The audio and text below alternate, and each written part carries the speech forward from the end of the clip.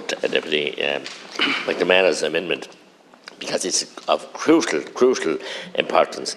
And the fact that we see legislation implemented in Spain in relatively recent years, and we see the same with the capping of fuel, the same with fuel prices, the same with many other issues.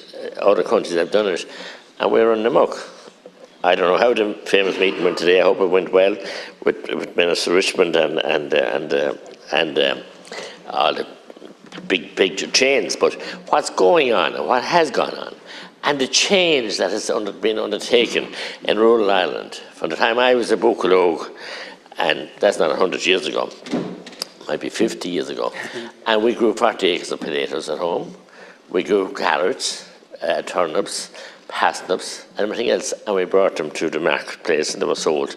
And even yet today, the wonderful farmers' markets in Cahir and Clonmel and other places, on Saturday morning, you'll see the housewife or whoever, the house husband or whoever, looking for the clay, the pass them with the clay on them, because they're healthy, they're wholesome, they're fresh.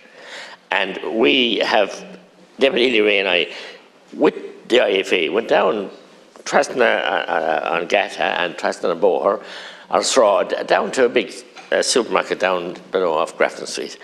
And they brought 3 trolleys. They got 3 trolleys, and they filled up at water level with the finest, with vegetables. There was no clay in them, obviously. And water level in the trolleys. I think they came to €18, if I'm not right. And we came out in the street and we actually gave them away. But that's what the impact that was having at that time. And God knows how many people. Dublin, North Dublin, and the rich area for horticultural farming, potatoes, and out in some country the name of it now, but it's a wonderful area for potatoes, early spuds, and indeed all the vegetables as well. And Ring in County Waterford, Dungarvan, we used to always get the first of the early potatoes, but we won't have them. And the producers are under enormous pressure. And this below-cost selling then, as Deputy McNamara said, you won't see the situation with the milk and the butter in recent times is nothing short of a disgrace. Because farmers and Minister, your government and the previous government, advised young people, and Minister Corbyn did, to expand the cow numbers. Teagasc, who they depend on for the gospel, according to Teagasc, to expand into the milk. And Deputy McNamara mentioned milk and parlours costing hundreds of thousands. I know ones, and I was involved in doing some of the excavation work, I can declare that, underpasses and everything else.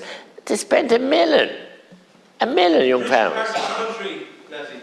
Yeah, maybe, yeah. So I accept that, but the Golden Veil, yes, I accept that. But $1 million they spent, plus on milk and parlours, and on proper buildings and proper roadways, so that they would nurture and care for their animals carefully. And it wasn't now, and many of them did go in and were offered these special contract prices with Glanbia and other crops and bought into it. And it stood them well in fairness for a number of years. But now it's not standing very well, and they're suffering. And this plague that's going on with the butter is not in the interest of the families that are selling the milk cheap and they're selling the butter cheap. It's the interest of themselves, naked greed, lost leaders, they might call it, or whatever.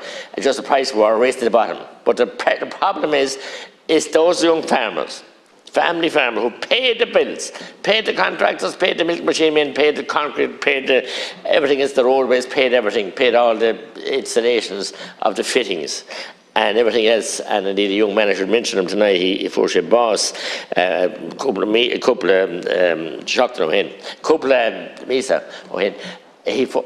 Colin Ryan. The farmers loved him. He was helping out with Tony Condon in the lab and putting in those milk parlours. And a tremendous worker from Ballymacarbery. And look, very, very sad situation. But many people did the work and got paid. And in turn, they paid the hardware shops, and the money went around in the circle now. Now, I have to admit that some of the numbers that people expended to cowheads, I was concerned about them, and I'm concerned about them. But look, be that as it is, they were encouraged and advised. And now what do they get? Every hour of every waking day and every sleep, and when it should be sleep, only being demonised and being undermined and being blackguarded as laggards and blackguards. And we saw this week in some of the papers in the last couple of days who the real people who are breaking the pollution now. And we saw when the people were up today from the wetting in the bogs, the impact that's going to have on their farmland.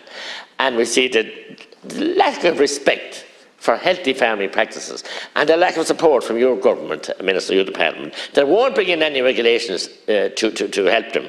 How many times have they come here cheap? And I remember the late Joe Ray, and I remember the other president from Limerick hunting sheep into the department here. Sheep have been on the floor all year. The pig industry went through it again. And it's mainly because of the price at the other end. It's not the price the farmer gets. God, the profits are there. And I mentioned the last time we spoke on this, the fifth quarter in the animals, the farmer gets nothing out of it. Absolutely ain't fingering them on. Nothing he gets out of it. And like they're providing it here, but the beef barns and the moguls and the factory farms now as well, and that are there, feedlots, and some of them, unfortunately, former leaders of farming organisations who've turned Turkey and went the other way, and they say, greed. Greed is an awful thing. That G-R-E-E-D is an awful thing. And to hell with the small young farmers. If we haven't those young farmers, we'll have food shortages, we'll have no families in rural Ireland, we'll have no schools, no GA matches, and none of the big furore that we had about last Sunday's hiding behind the wall. The only wall, our lads are behind the Silage Pit walls, the Mickle Parlour walls, and it's hard work, and it's noble work, and providing food for our people to eat. But they need support, Minister. They need not to be kicked around like a football or hurling and be played. And now Teagasc going off doing reports that they shouldn't be doing at all, and EPA reports to find farmers that call them laggards and everything else, which is totally untrue. The EPA should look after the 800 plants the Minister admitted this morning that they have in the country without any treatment plants in the towns and villages, and not demonise the farmers. Thank you very much.